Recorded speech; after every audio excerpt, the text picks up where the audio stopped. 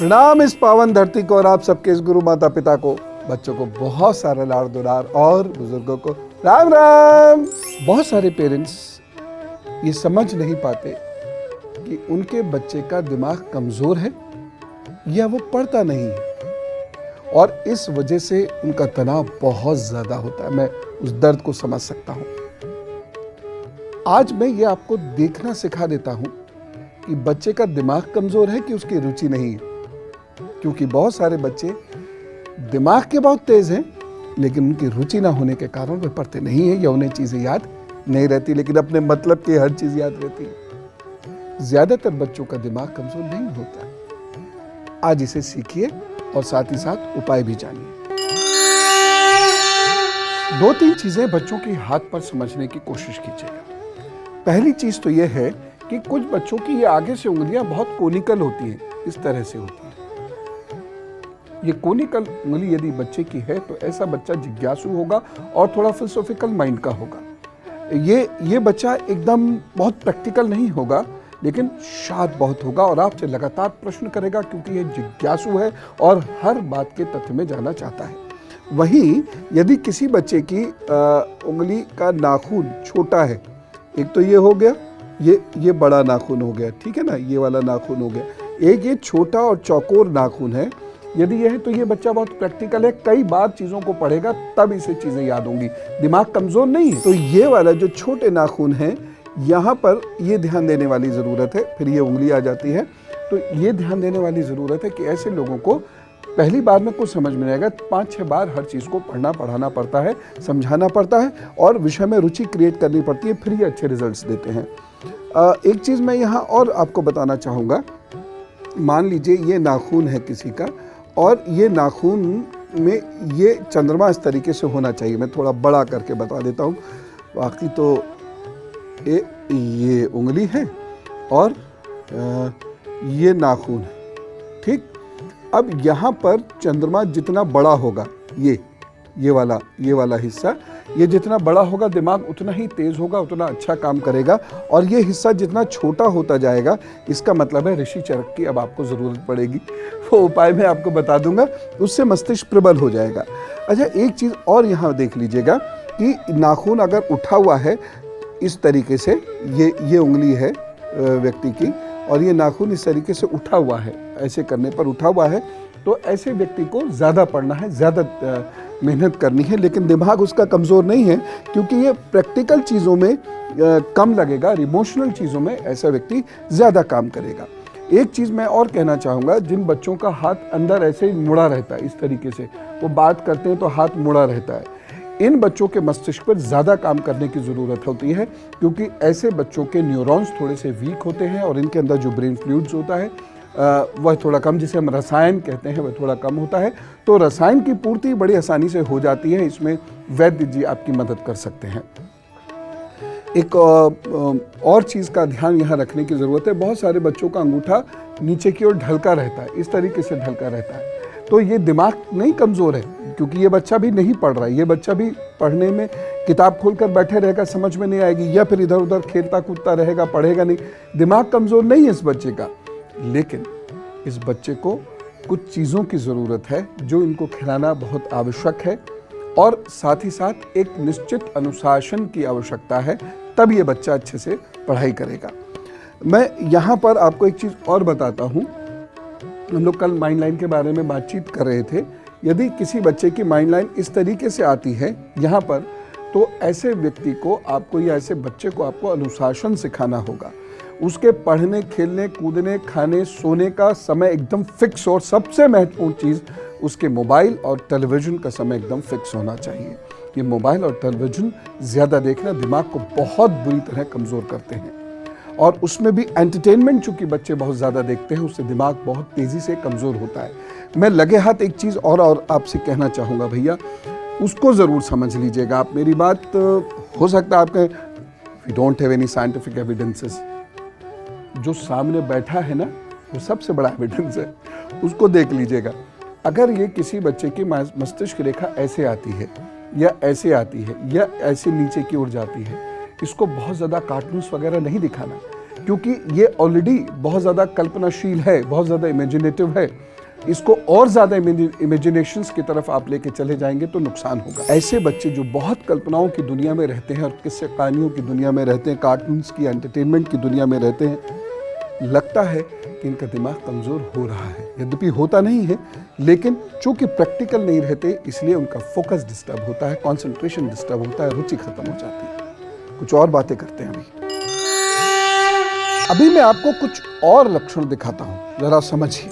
हथेली पर कमजोर दिमाग के कुछ संकेत समझ लीजिए। यदि आपकी हथेली चपटी है, सब तरफ से चपटी है, और साथ ही साथ जब आप इसे दबाते हैं यूं करके और यहाँ सफ़ेद सफ़ेद सी रंगत आ जाती है, हथेली पिंक नहीं है आपकी, हथेली यूजुअली पिंक होनी चाहिए, लेकिन जब आप इसे दबाते हैं तो ये पीला पीला या सफ़ेद सफ़ेद सा वहाँ पर धब्बा सा उभर के आता है और पिंक नहीं है, तो इसका मतलब यह है कि आपका दिमाग अभी कुछ खाने पीने की चीज़ें मांग रहा है, अन्यथा ये कमज़ोर रह जाएगा।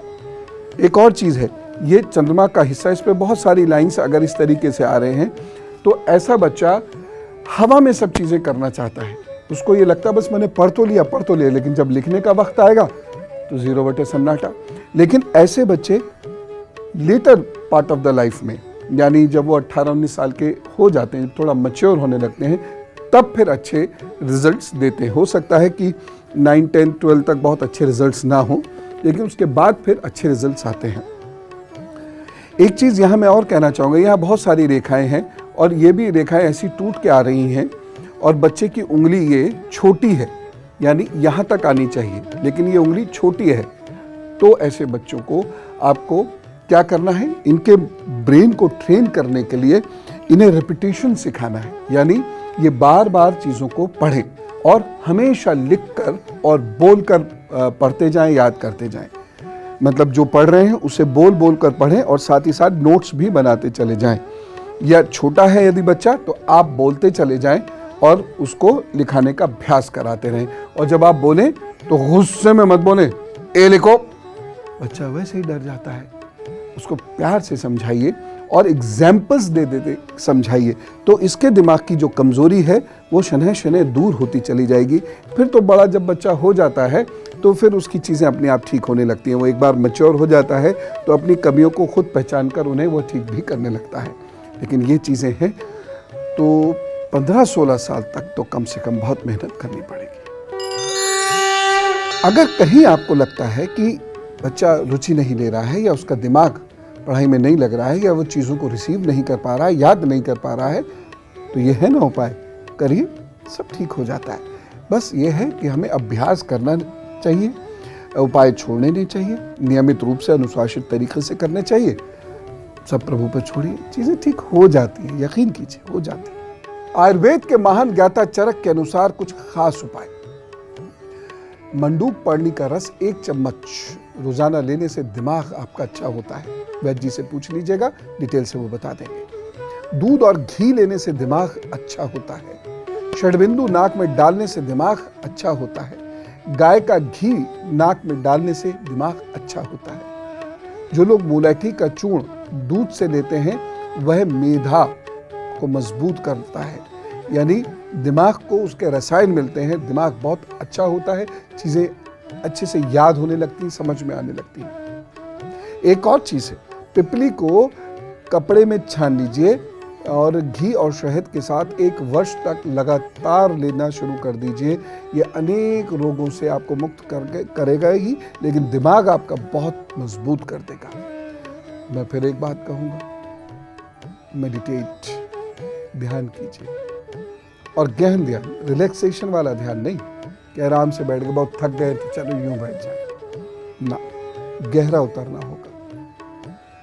अगर आपने ध्यान करना शुरू कर दिया, ध्यान सीख गए, तो हजारों मर्जों की एक दवा है। मन की शांति के लिए, दिमाग की प्रखरता के लिए अपने इष्ट को, गुरु को प्रणाम करिए, ओम का जप करते हुए ध्यान में चले जाइए।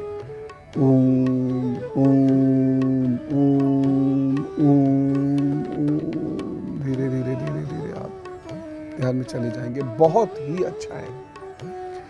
दिमाग की मजबूती के लिए गाय का दूध पीना चाहिए। दिमाग के लिए ब्राह्मी का सेवन जरूर करना चाहिए। गाय के दूध और ब्राह्मी का सेवन साथ साथ कर ले तो और भी बढ़िया।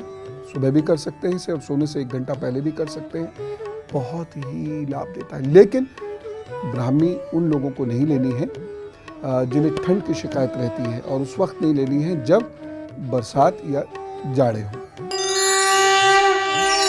और अब गुरु मंत्र। यदि आपको चीजें देर से याद होती हैं, समझ में नहीं आती हैं, तो चीनी सीमित लें। बहुत ज्यादा चीनी का सेवन मत करिए। हमेशा याद रखना विद्यार्थियों कि आपके शरीर में कम से कम 3 लीटर जल हर वक्त रहना चाहिए। 3 लीटर जल तो आपको दिन भर में पीना ही पीना है।